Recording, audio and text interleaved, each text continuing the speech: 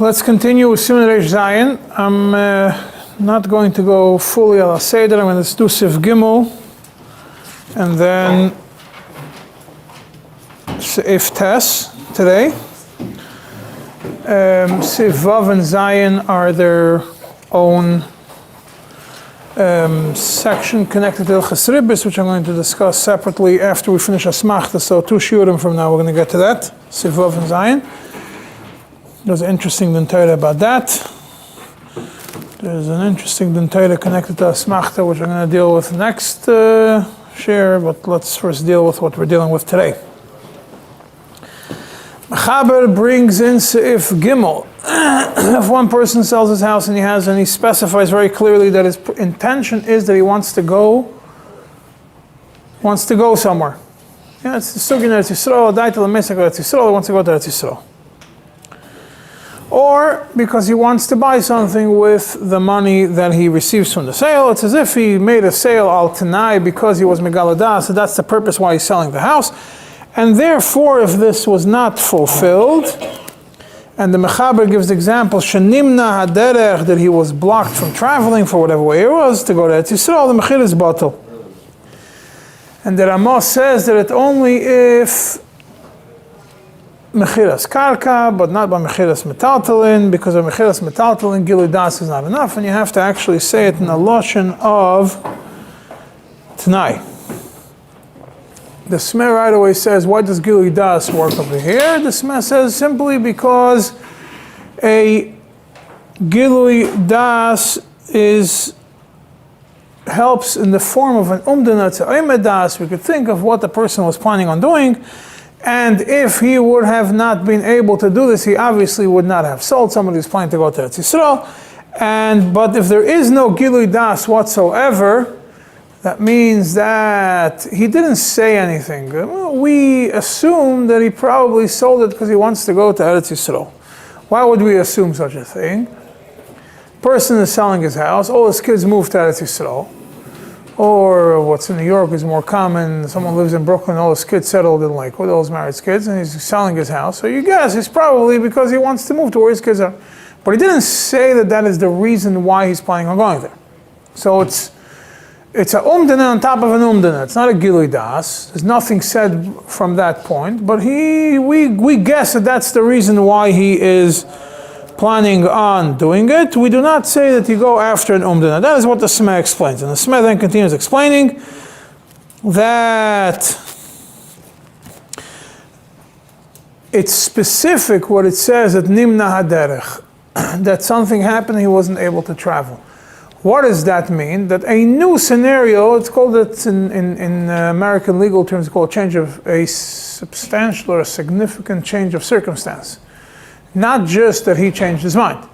In other words, is that something was nischadash. A new reality came into play that was not expected at the time of sale. And therefore, he was unable to fulfill what he was planning on doing.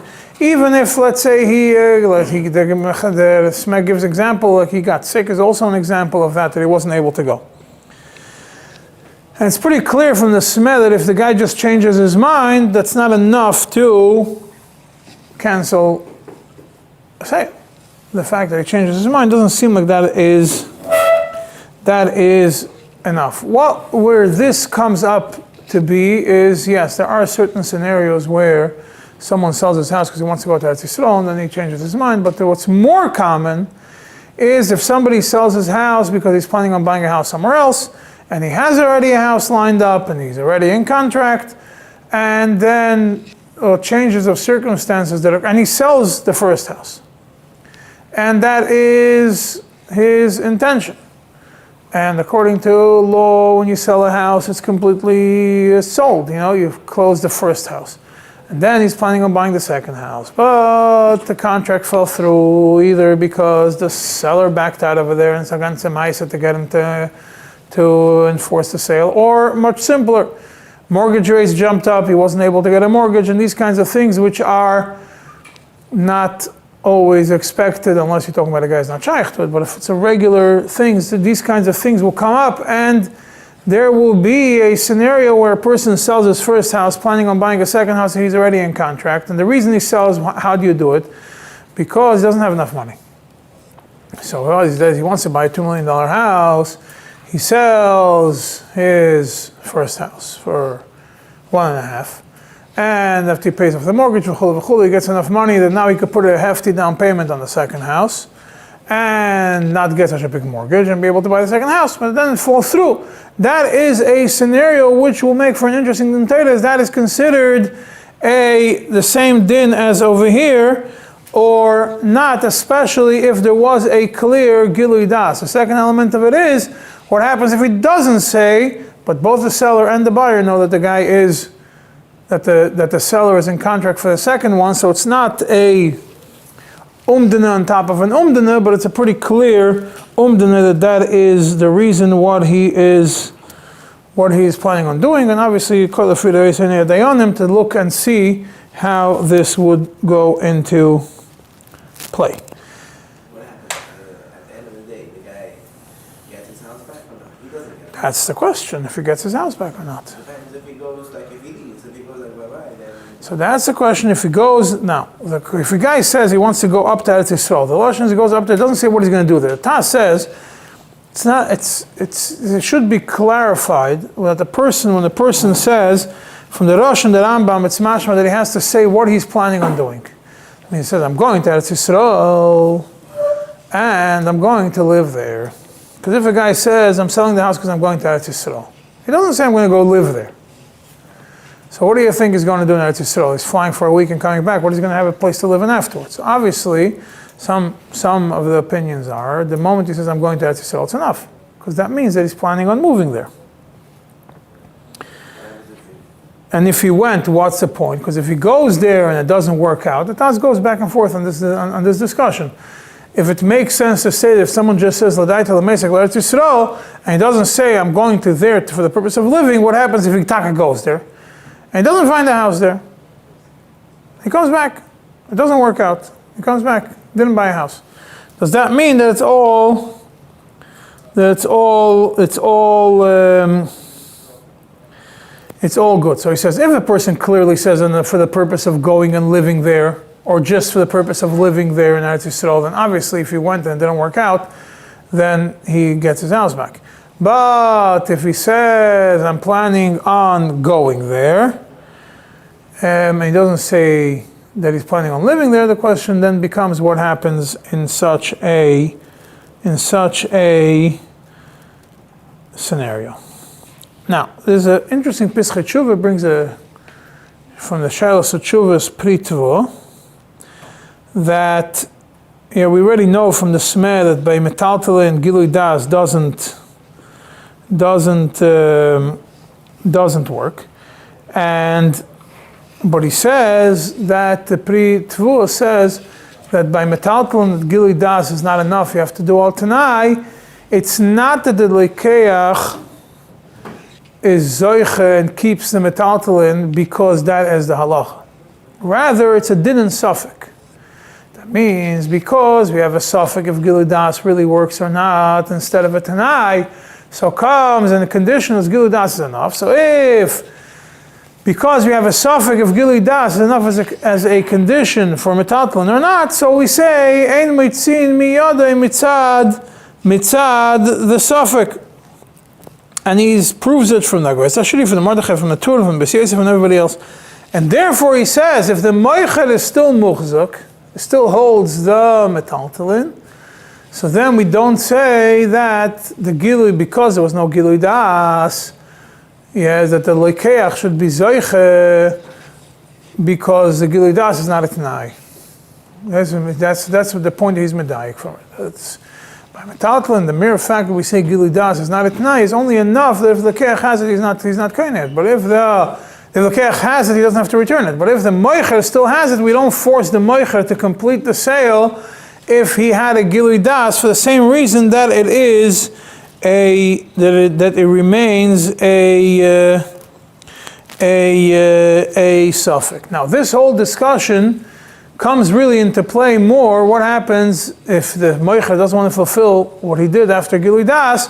that really ties into the whole discussion of Mishapara, which was discussed couple months ago about the Mishapara. And over there we did go through if somebody sells something with intention because he wants to do something else. The whole story over there with the guy who wanted to buy pots, and then his father suddenly died, and he yashined all the pots that he needed to make mashke. The Peschachu over there brings it over there and brings it over here, but over here it's more connected to the whole din of Mishapara, which we're not going to go into it. But the Mishapara doesn't fall by the wayside in such a scenario. Here we're only discussing whether it's considered a Tnai or it's not, whether it's Gilui Das is considered a Tnai or it's not considered a Tnai.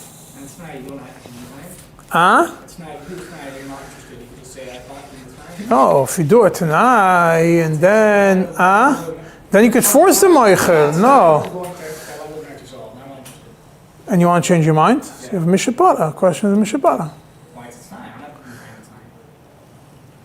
I'm not saying it's Yeah, but if you already sold it, you can't change afterwards. Don't worry, you already sold it and you already transferred the assets. For sure, you have to. The question now becomes if you didn't transfer the asset. I signed an agreement with somebody that Al Tnai that I'm not, because I want to do kach v'kach, and I didn't do it. Al Tnai, and the Tnai was not Niskayim. And it's because I did not want to be kind of Tnai, so it goes into the whole discussion of Mishapara. In Sif Daled, the Mechaber mentions that if somebody sells stam without saying anything, it doesn't specify what it is. And so even if it seems to us that the reason why he did it is because he had specific reasons, we don't say an umdana, and the mekach doesn't change because of the umdana that we could have said, because it's considered dvarim shabalev. And even if the Mechaber adds, even if he did some sort of gilui das while they did negotiations, but when the Mechira came to play, he did not repeat, did not clarify his gilui das. Same thing also, we do not revert the sale. And the Rama over there adds, no, but if there's an umdana the muchach, a much stronger umdana, then we do follow this, we do retract the sale. This is Sif Gimel and Sif Daled, which then I told you already, Sif Vav and Zayin is relevant to Hilchas Ribos, and I'm going to deal with in a different chair, and it has its own dentaita to deal with it, but I'm not going to go into it now. It just happens to be, if you want to go about the Daita L'Meisek Eretz Yisrael, which is not such a common thing, more usually it's like that. There is a dentaita brewing now, which I'm not involved in. I just know about it, that somebody sold a house, and he sold a house and he said, because I'm planning on going to Eretz Yisrael. And I'm planning on going to Eretz Yisrael at the end of the year, Tavshin Peidalet. And he sold it in the beginning of the year. And he said that I'm planning on moving to Eretz Yisrael before Yom Tovim. I just have to work everything out. This is from like Shvat till Elul, a good 8 months. And until I'm going there, part of the deal is that I'm going to rent from you the house. I'll continue living here until I move. Comes Av, and he says he's not moving out. Why? My whole plan to Eretz Yisrael fell out. Not only, so now the owner of the house calls him to Adon Torah. Get out of the house. You're a renter. And we had a deal that this and this time we're moving out. That is the deal that we signed, that by Av you're out of the house. Now we're already Tishrei Cheshvan and you're still in the house. Get out. Comes the Chacham and said, not only when I'm getting out, I want to undo the sale because I like to L'Meisek Eretz Yisrael. That's where it's holding now. I'm not involved. I just heard about it from we're involved and still trying to figure out which Bezdin is going to end up in. But I'm definitely, as far as I know, it's the options of what they did. It's not something that I'll be involved in, so I don't know if I'll be able to tell you the second half of the story, but at least you know such a question did come up. What was the question? He didn't say any reason why he's going back. What was his reason why he went back? Just not moved for that yourself? I don't know, we'll find out in the detail. I'm just saying that when he got the Hazmana, he responded, not only am I not getting out, I'm actually flipping the dentator the other way and telling you that I want to undo the sale. Now let's bounce into Sa'if Tes, which is where more Asmachta stuff. The din of Asmachta we mentioned in Sa'if Beis, but it's mainly Sa'if Tes onwards, the din of Asmachta. The Machlekes Mechaber Rama, which I mentioned in the past, but I'm not going to go into it. Someone lends money to his friend, Al Sadehu, and he says it's on on a field that becomes a mashkin for this amount of money. The loive tells him, if I'm not going to pay you the loan within this and this amount of time, then this field becomes yours. And the mechaber then says, if the field is, the mechaber and the Ramah both hold that if the field is worth more than,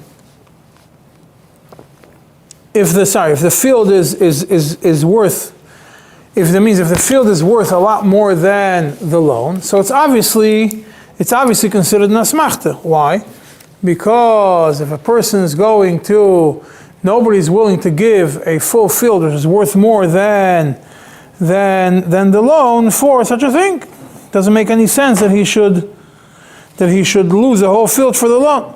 But that's the Mechaber and the Ramah both hold that it's an asmachta. But if the field is worth the same as the loan, so then the Mechaber says it's not an asmachta.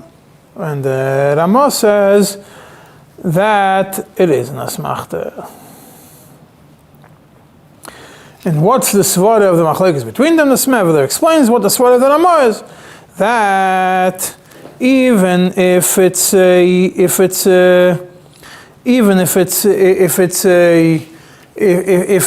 field is worth, if the halva is worth more than the field, a person is not interested in getting rid of his property, because he doesn't want to lose his karkos. And therefore there's no, we still say it's an asmachta. He didn't have in mind to actually sell it. He was planning on that he's going to be able to pay. According to Mechaber, the Smith doesn't explain it, but the logic is that we only follow base asmachta is only an exaggeration. So when a person takes a loan, and he gives a certain amount of money, and he gives a field which is worth more than the loan, so it's an exaggeration, and therefore it's obviously an asmachta. But if it's not an exaggerated amount, the person, samach daita, yes, he will stock, maybe in the beginning he was planning on paying back, but the fact that he gave a field which is worth equal or around the price of the halva means that in his mind he was like, okay, if it doesn't work out, I don't want to end up with a debt, and I will be able to pay it from this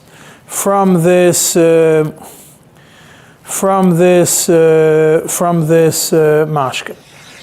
However, even according to Mechaber, you could argue what happens if it's something which doesn't really have a price for the one who's giving it. So if somebody has jewelry from his grandmother, which is worth a lot more to him than what the actual gold is worth, then maybe even according to the Mechaber, it will be asmachta even if it's b'shavye, because the mere fact that the lender could sell it for a certain amount of money, that's not the real value that this thing has. The value is only to the person who's giving it. And then the svara of the Ramah that a person doesn't want to get rid of it will also apply according to the Mechaber, because you can't brush off the fact that somebody with samach dait is going to be able to have money for it. Then the Mechaber over here adds, but if he tells him, in the case where it is nasmacht, if he tells him this, if I don't pay you on time, this field will be yours, me'achshav, from this very moment and onwards, then it's not nasmacht anymore. And the Smeh says this is both according to the Mechaber and according to the Svara that the Ramah brings. Yeah, not here, but there's a Ramah later on that says that me'achshav doesn't always work for asmachta, but he says in this scenario, it will work as an asmachta. Why? Not because the Mechaber, the Ramah contradicts himself, and later he says that me'achshav doesn't work for asmachta, and over here it says me'achshav does work for, over here it would imply that it does work for asmachta. Rather, because over here he gave him the property as a mashkin already, so it's already biyad hamalve. So when he says me'achshav, even though me'achshav doesn't always cancel asmachta, but me'achshav together with giving over the property does eliminate the concept of asmachta, and it's as if it was a megach umemker, a complete transfer, etc., and therefore there's no asmachta. And even if you want to say, well, megach umemker has to come with some value, so yes, there's a value. The person gave him a loan, and therefore the time of transferring it became a complete kinyan from this very moment. And the Ramah then continues and says, and if he specifies to him that you should only collect from this field, and he points out which field it is.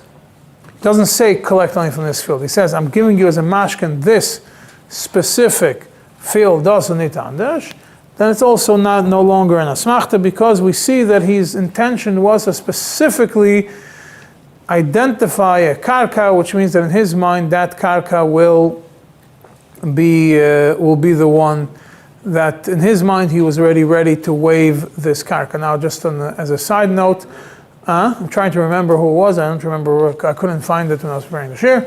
That there is a discussion in later Paiskim that's according to the Ramah in this scenario when he says this field. It doesn't say apaytikim mefurash, which is the next din in the Ramah. But let's say if he says this identifies a specific field that we say that it works to mevat asmachta, does that apply when a person has a bunch of fields? And therefore we say that when he identifies sodazu, it's because that shows smichus das that he wants to get rid of this field, and therefore it invalidates the original chashash that was presented earlier, that a person doesn't want to get rid of real estate. Or this applies also when he only has one field. And we still say if he says sodazu, then it will work. According to Svara, it only works if there's more than one field. Just by the way, because sodazu is la poki acheres, and if it doesn't say sodazu, what's the point of saying sodazu? If I only have one soda, obviously that's a soda I'm going to give you. But there is a discussion of that in one of the books, and I can't find it now, so just I can't tell you Maramakim specifically where it is. I couldn't find it when I prepared it. Same thing if he tells him apaytikim mefurash, he says you could only collect from this field, like a mortgage, a specific mortgage on a specific property, then obviously there is no asmachta, even according to the Ramah, even if you don't say the words me'achshav in these cases. And even though he says, he doesn't say the lashon me'achshav, and he says, im lo yafra, if I'm not going to pay, then you'll get it. And the if lashon is the lashon of an asmachta, because over here he specifies which property.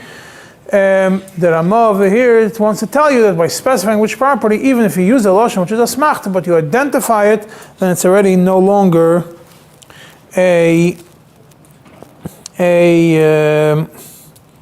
asmachta. There's an interesting matashimun over here, where he explains right away that over here, what the shit of the mechaber that we mentioned, that if a person says that the mechaber, that the Ramah obviously agrees with him, that if the soda is worth more than the alva, the mashkin is worth, the karka is worth more than the loan, then it's obviously an asmachta.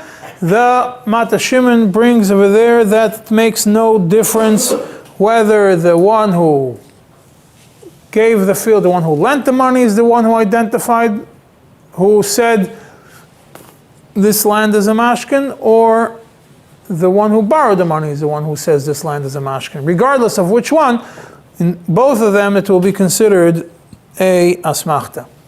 The reason this is important because you could argue both ways. You could say that dafka, if the seller is the one who offers the land, then it becomes an asmachta. I'm just explaining to you what he says. The Madashim doesn't bring that, but if he says if the loiva says it, then we say that it's a asmachta because he's the one who is planning, hoping that he's going to be able to pay it. and he's not going to, he's just saying it as something in his mind where he's not really intending to transfer it. But if the malva is the one who says, I want you to give me this field if you don't pay me, and the loive is maskim to it, maybe it's not an asmachta, because the fact that he agreed to it and he understood what is going on means that he sees and he understands that he's going to lose it if he's not going to pay. Then you could flip it the other way around also. That if the malva is the one who says, I want specifically this field, then it is an asmachta. Why? Because the loive says, okay, whatever, the guy wants it, I'll just tell him yes, but I know I'm not intending on giving it to him. But if the loive is the one that offers it, so obviously in his mind he had midas das. So that's the Mata Shimon comes and tells you, it doesn't make a difference which way it is. Both ways it will be considered a asmachta. Both ways considered a asmachta. Why? Because according to the Mechaber, the yesod of an asmachta is about the exaggerated value. That's the yesod, the main yesod of the Mechaber. If you offer something with exaggerated value, it's obviously an asmachta. We don't even have to think about it and start considering what this person was thinking, what that person was thinking. It's obviously considered a asmachta. And that's an Oislan Aleph, like Vasatur, Matashim, and Oislan Ches. He brings from the Tshuva of the Rashbat, interesting thing, not directly connected to the Sif, but he stuck it in there, so I'm going to stick it in here also. That it's a melamed which had a contract for the year, and he made a condition with the school or with whoever hired him that if I'm not going to teach during the year, I'm going to take a break from teaching. And why am I going to take a break from teaching? Because you're not paying me my salary. In other words, he's pre-planning a strike. I'm not going to teach. Now, you will still pay me like a poil bottle during the days that I'm not teaching. The Rashbat says that such a thing is not considered a asmachta when it comes to teachers. It's not considered an asmachta. Not the first half, not the second half. Okay, now let's move on to understand asmachtas. I'm going to go through a bunch of nekudas from the Alter Rebbe. You could look at it afterwards. And some of the nekudas that are in the Alter Rebbe here that I'm mentioning are really relevant to Seifim later, but I just wanted to put them all in one place, aside from one kuntesachim, which I'm not going to mention now because it's just disagreeing with a specific sma. I'm going to deal with it later. But let's go through דיני Asmechtא. The first place where דיני Asmechtא is really, not the first place, but the main place where דיני Asmechtא is Hilchos Pesach. Sai in the Mechaber, Sai in the Alter Rebbe, Sai in the Mekar, and all the books about Hilchos Pesach, you have Asmechtas where in Taf Mem Aleph, exactly when it comes to, really tough. Yeah, really it's Taf Mem Aleph.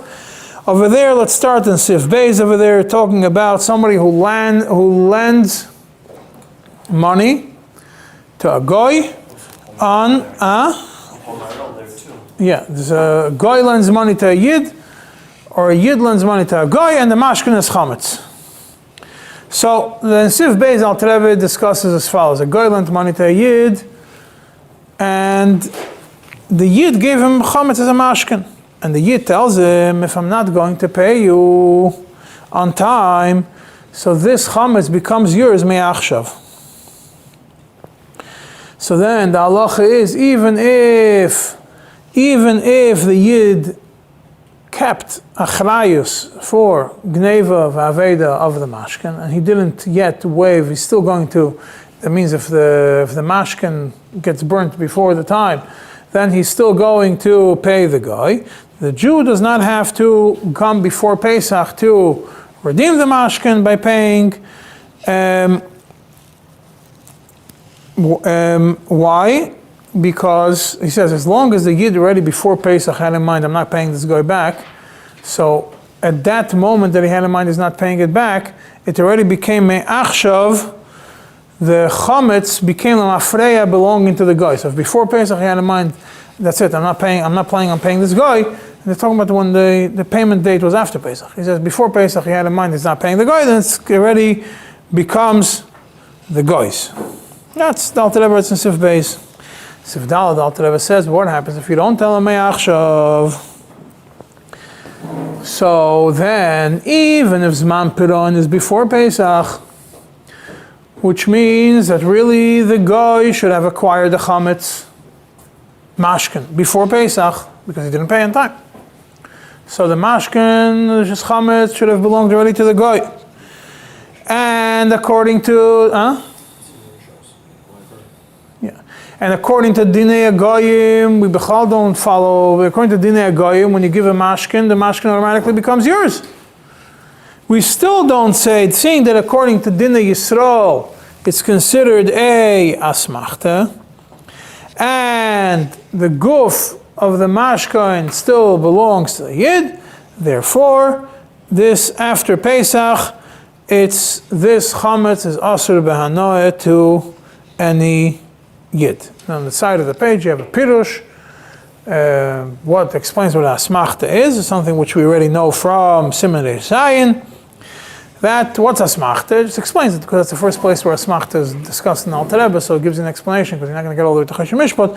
That, being that at the time of the loan, when the Yid gave the mashkin, he had in mind that he's going to pay. And he's for sure going to pay on time. And based on that, he gave this mashkin with the intention of being able to reacquire it. So, and if he would not have thought that he's going to pay back on time, he would not have given this mashkin. That is a asmechtã. Therefore, giving the chametz al tzakinian was not a complete one, was betos. He never had Gemilas das to give it to him when he doesn't say me'achshav. Therefore, it's still considered his, and he's not over. Whether he's over and by matzah is a separate discussion. But it's chametz over all of a Pesach. But if he says me'achshav, the lashon over there is bevadai gomar beliboy lehaknes lo. He for sure had in mind that he's going to be makne it to him. Now let's jump to Sif Chafei in Alter Rebbe, also in Siman Taf Mem Aleph. So Asmechtã is like the kafel Hashem. It's not a kafel. No, Tnai Kafel works. There's no Tnai Kafel. It's not if it is yes, if it's not. So Asmechtã, it just says if it doesn't say me'achshav. Then in Sif Chafei, the Alter Rebbe goes into whether the chametz is worth. It says if the chametz is worth more than the chayv, yeah. Sif Chafei. Taf Mem Aleph, no? Let me see it. I wrote it in the airplane, so maybe I got the wrong one. Maybe it's hey. It's hey. Yeah, hey, sorry, Sif hey, yeah.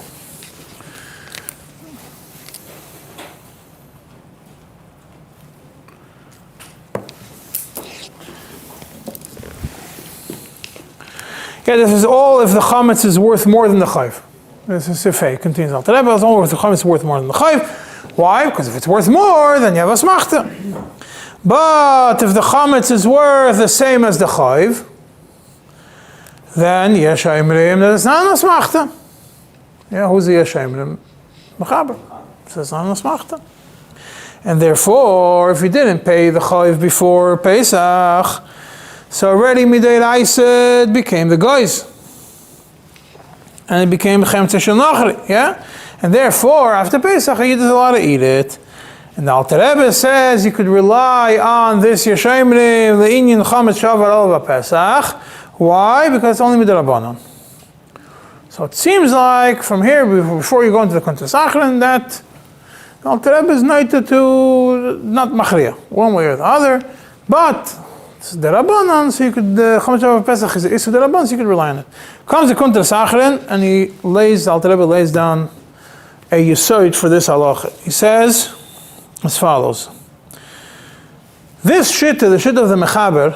First, this shit is the shit of the mechaber, that if it's more, that asmechtã is only if it's more, but not if it's the actual value. If it's the actual value, it's not considered a asmechtã. That's the das of Taisvis and the Rosh and the Shulchan Aruch and the Reva Poskim. And even though the Ramah brings the Yeshemlim that it's not an Asmachta, he says the Ramah doesn't bring it lahalacha. The Ramah is only bringing it because he wants to give you the option to say Kimli for a scenario when you want to keep something, want to hold something, but not because the Ramah is disagreeing with Reva Poskim. Interesting explanation on this. You would think, you look at the Ramah, that we pass like the Ramah, that it's not an asmach, that it's still an asmachta, even if it's b'shavya. He says, no, it's only there to be able to give you the option of kimli, but not because.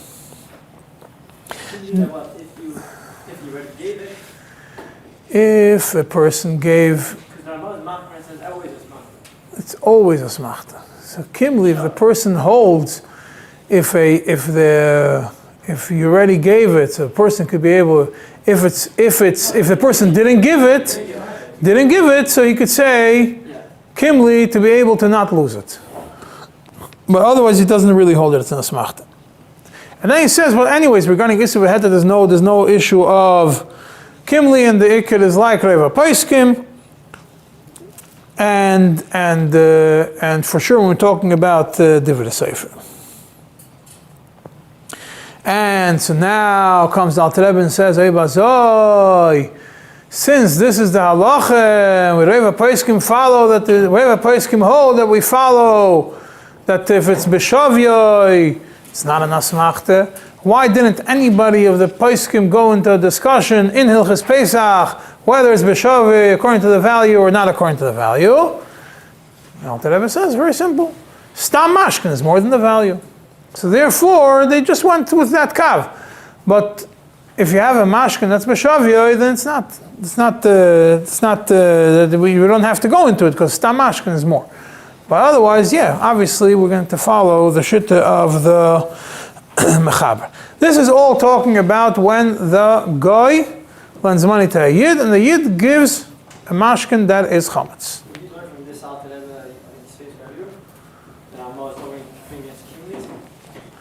Alter Rebbe explains the Ramah here in Reish Zayin. Mishpat. No, I'm saying, would you now, every time you see a Mishpat Ramah arguments, you're going to say it's No, here specifically this one. The Reva Poskim. Alter Rebbe says, because everybody agrees. He says, but the Alter Rebbe has a problem with the Ramah. How could the Ramah go now when almost everybody goes against him?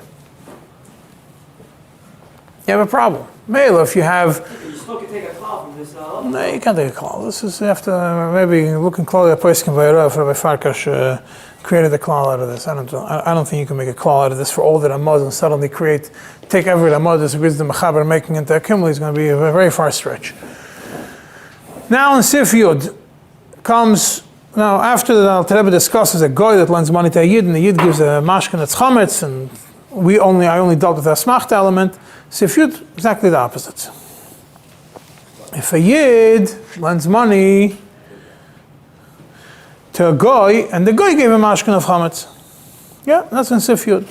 On Sif Yud Gimel, the Alter Rebbe then goes over there, and from Sif Yud Gimel, what happens if this man Pirah and the time of payment was before Pesach, and the guy didn't come and pay?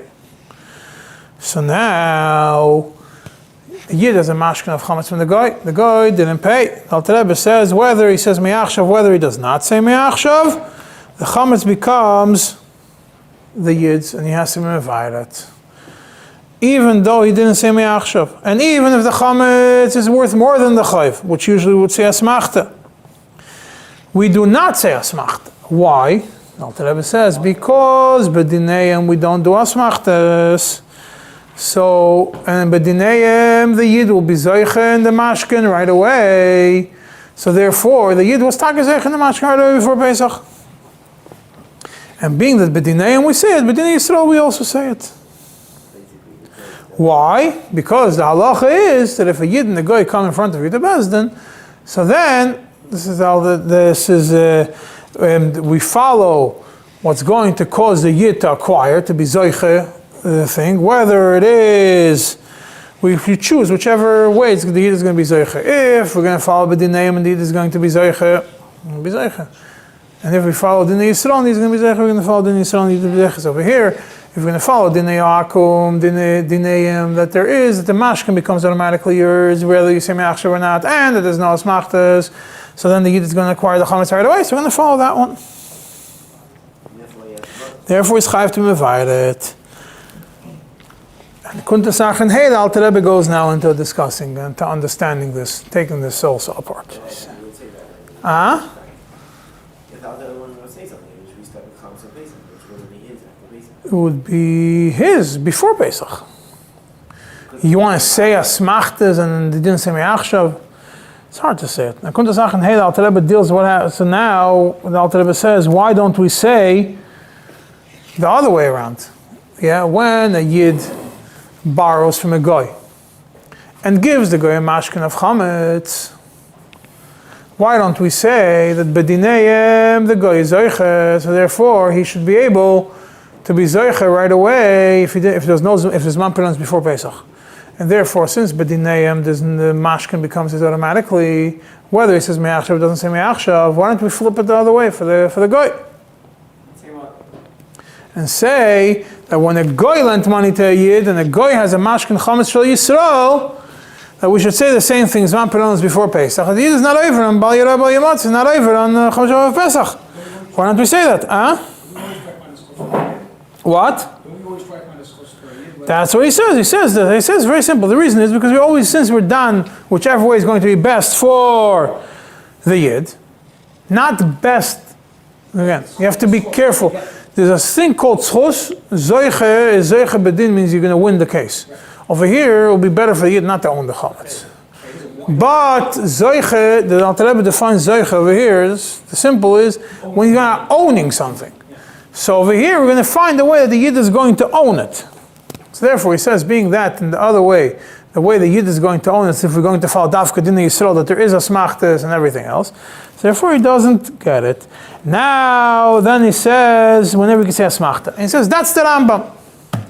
Now he says, then the Alter Rebbe throws a one line, which explains the Raavad, because you would think the Raavad disagrees with the Rambam. The Raavad Taka disagrees with the Rambam in that scenario that the Goy should be koine. They hold that the Goy should be koine. That if Zman Piron was before Pesach and the Yid didn't pay the bill, so the mashkin should become the Goys. Mashkin should become the Goys automatically. That's what the Raavad and his team holds.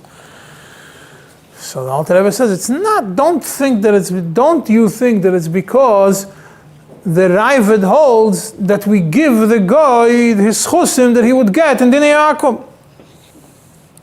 Nothing to do with it. Rather, when a Yid borrowed money from a Goy, he borrowed on the understanding that he's going to follow the laws of the Goy.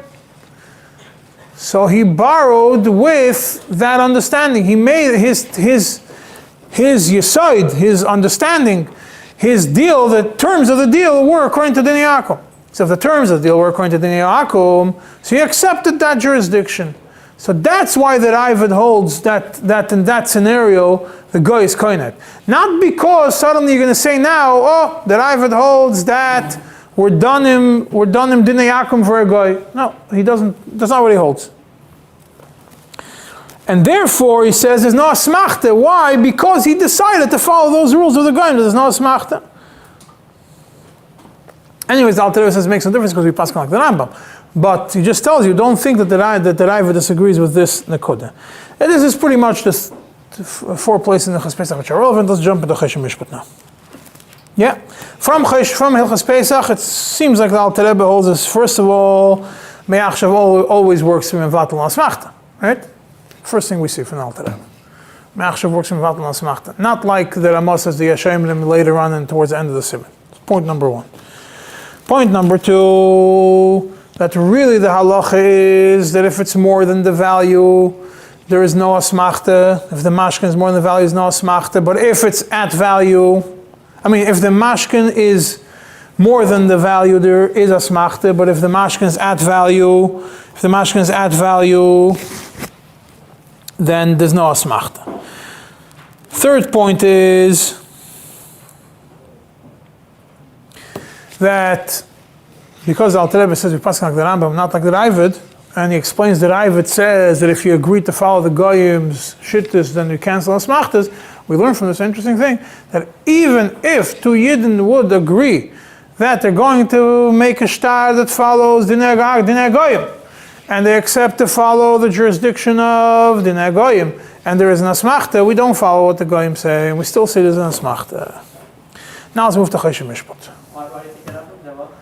Alter Rebbe says that the whole logic of the Ravid that says that a Goy gets it is not because in Yaakov. It's because the Yid was agreed to follow Chukei Sa'akum at that moment. And then Alter Rebbe says, and we don't follow the Ravid, we follow the Rambam. So if Alter Rebbe says we don't follow the Ravid, it means we don't follow this logic that if you agree to follow an alternate set of rules that you're bound by them to undo an asmachta. It's not enough to undo an asmachta. Most of the Alter Rebbe, the fact that Alter Rebbe puts the Ravid into that box and then says we don't pass like the Ravid, means that this logic, the what? That if you go to a crazy Goyim, then it's not. Exactly, and the Alter Rebbe over here puts the Ravid into a different box and he says no. Not like the Ramah at the end of Sifyud Gimel or Yudalit, wherever that Ramah is over there, or Tezvav, I don't know, one of those three Sifim. Now let's move to Choshen Mishpat with Alter Rebbe. Now Choshen Mishpat the Alter Rebbe has in 2 or 3 places. Let's start with Hilchas Alva, Sif Chav Daled. Alter Rebbe simply brings this halacha in Hilchas Alva, Sif Chav Daled, but Alter Rebbe rewrites this Mashkin Halva. Alter Rebbe says as follows. If the loive wants to give a mashkin,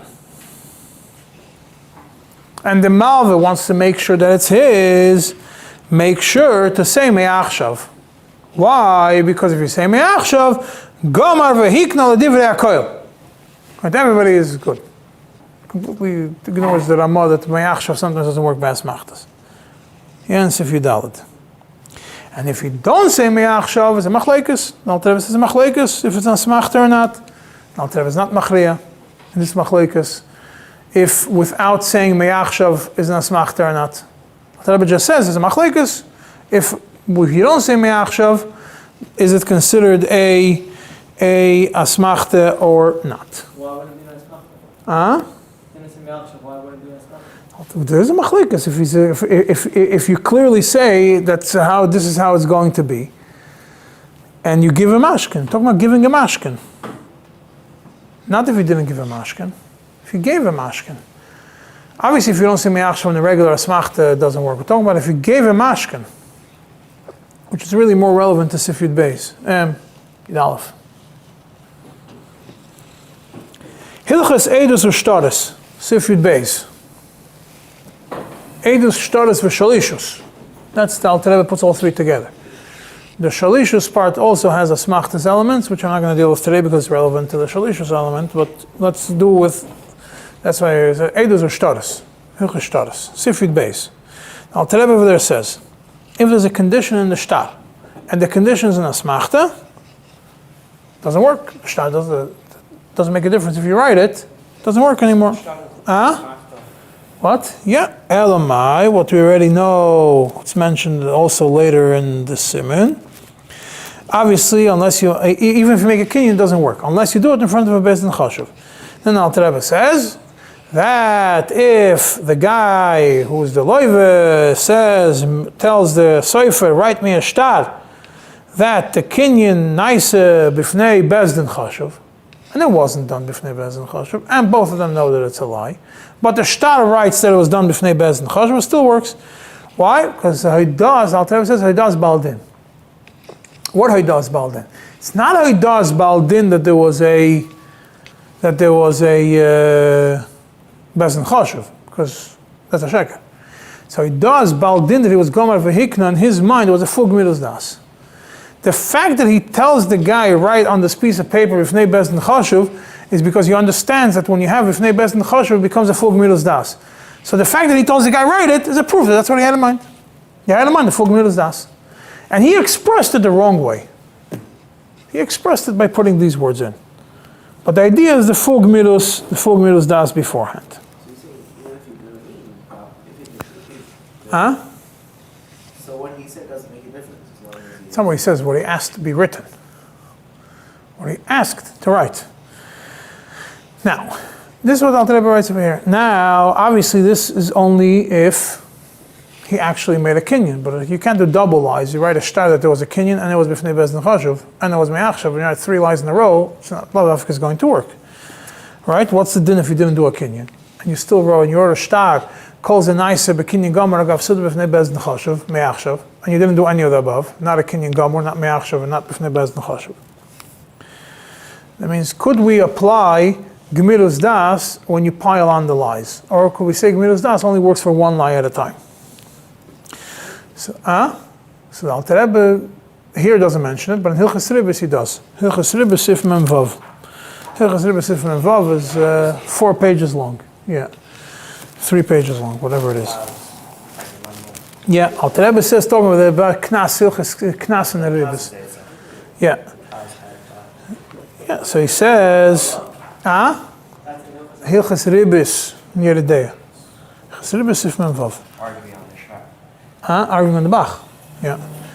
So over there, he holds that every knas, he says, Alter Rebbe says, according, it's in parentheses, according to the people that hold, that every knas is Asmektã, even if you do a kinyan sudar to avoid the knas, unless you do a kinyan b'fnei bezdin chashuv.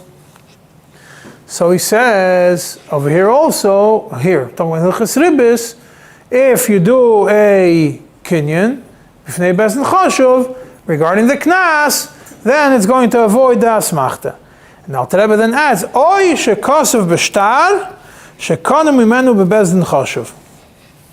He says, either you made the kinyan from the bezdin chashuv, or shekosov b'shtar, shekonu bebezdin chashuv. Shezeh moyel, af shaloi hayu sham bezdin klal. It works if you write it, even if there's no bezdin. And then the Alter Rebbe adds like this, Rak shekonu mimenu b'kinyan sudar b'poyel mamish. Only if the actual kinyan was made. And then you wrote it a lie that it was ifnei bezdin chashuv. Then Alter Rebbe continues, V'tzorich lahazir zel rabim, shetoyim bozeh, ve'ein koinim b'kinyan sudar klal. People make a mistake and they think that just by writing it, and they don't make a kinyan sudar, just by sticking in those words into the shtar, it works. Ve'goyvim b'shtaris eila shalei kadin.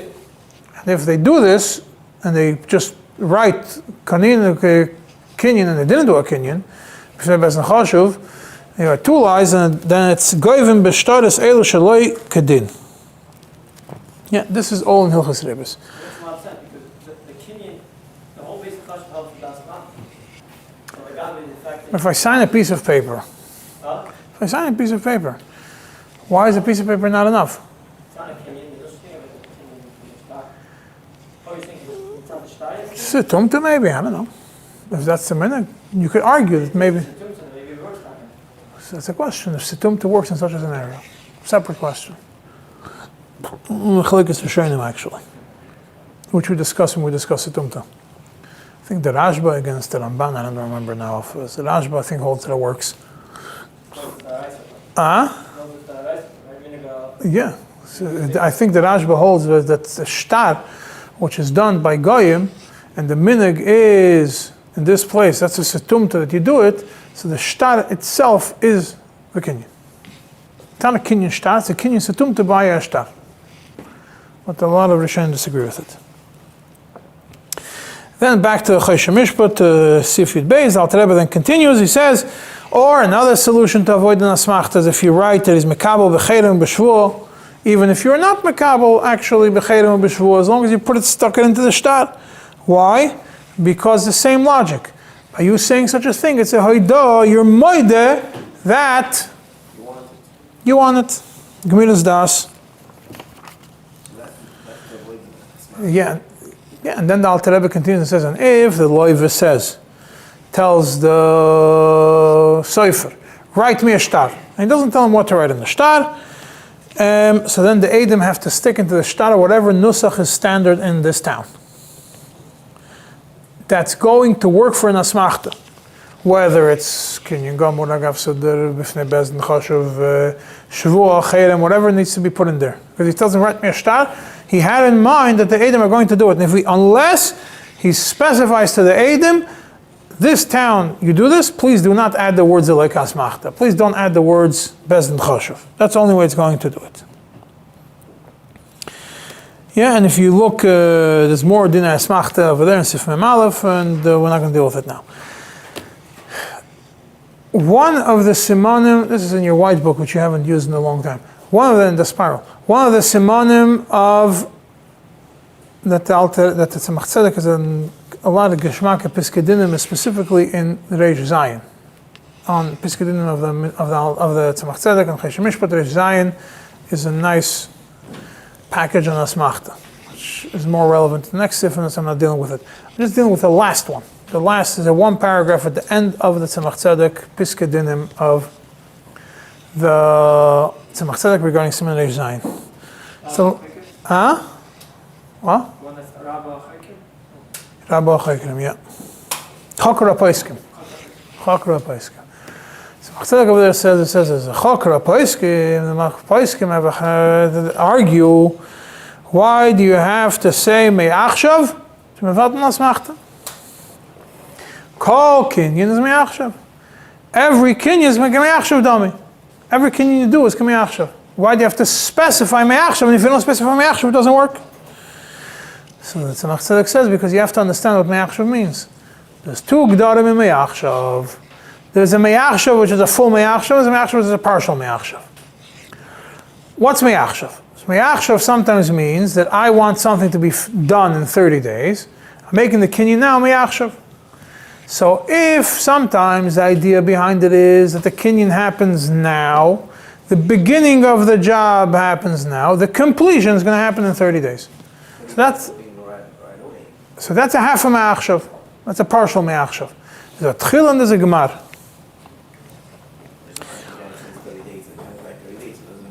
Yeah, but over here it says that's the first way of me'achshav is that you have to separate the beginning and the end. There's no gemar kinyan until the end of the 30 days. And the second way of me'achshav is the aschala and the gemar kinyan are both now me'achshav. But the birur is in 30 days. That means, when are you going to be able to confirm? It's not like a Shmuel and Yechman, it's no Rishura. No. What do you mean by that? What? What's together natural? It's a Tnai or it's a Shira? No, if it's even if it's whichever way. He says the question, what does the guy have in mind? The Tzemach Tzedek is not going from what the halach is, going from what the guy has in mind. When it comes to asmachta, it's not about the lashon you use as much as it's what you have in mind. So you have to use a specific language that's going to prove that you understand what you had in mind, and you chose the specific lashon which is going to emphasize what you had in mind. You had in mind not that you're going to keep something, you had in mind that it should fully be yours from today, and in 30 days from now, it's just going to be proven. Or, that I have in mind that I'm not so sure about it. It's not about the lashon, it's about the guy's intent. The guy's intent, and the lashon shows his intent. So he says, if it's when it comes to a regular kinyan, doesn't make such a difference which way you're going to do it. In 30 days, it's going to be completed, it's going to become his. Or in 30 days, it's going to be nisbared, it's his. When it comes to bitul asmachta, you must, he says, the yeshleimer the be'inyan shekinyan yuscha ve'yugmar me'achshav mamash. You must have the kinyan begin and conclude at the moment when you say the lashon that could become an asmachta. Why? Because if we don't have a completion of a kinyan at this moment, then you could still say that even though it was a kinyan, he's still some chadaita that it's not going to happen. It's not going to happen, and he had in mind that maybe when the 30 days are going to be up, because I'm going to complete the deal in 30 days, that's what he thought. So therefore, it's going to end by then. I have a chance to figure it out. So it's not a real me'achshav, so it's an asmachta. So therefore, you have to make a specific kinyan, which specifies me'achshav, which when you specify me'achshav, it means that you understand that the Tchila and Gemara Kinyan happen now, and what happens in 30 days is only the Boiker V'yeda, that everybody's going to know that it actually happened, only a birur, not a kiyum, just a simple birur. So then that word, that actually works. It means what's going to happen in 30 days is only birur, not Gemara Kinyan. But if you have a Kinyan without saying the words Me'achshav, could be the person who does it, even though he knows Kol Kinyan Me'achshav, because the Yid is in Shekhinah Ma'aretz, he knows that Kol Kinyan is Me'achshav, but in his mind he thinks that Me'achshav means Tchila and Gemara are two separate points. Therefore it's going to be a Asmekhtã, and it's not going to work to be Mafken Asmekhtã. That's what Asmekhtã explains why you have to specify Me'achshav, and it's not enough to rely that Kol Kinyan is Me'achshav. Now, the next shir we're going to deal with is the next simanim that are next seifim that are relevant to Asmekhtã, and then I'm going to circle back to the Chesribis to Seif Vav and Zayin.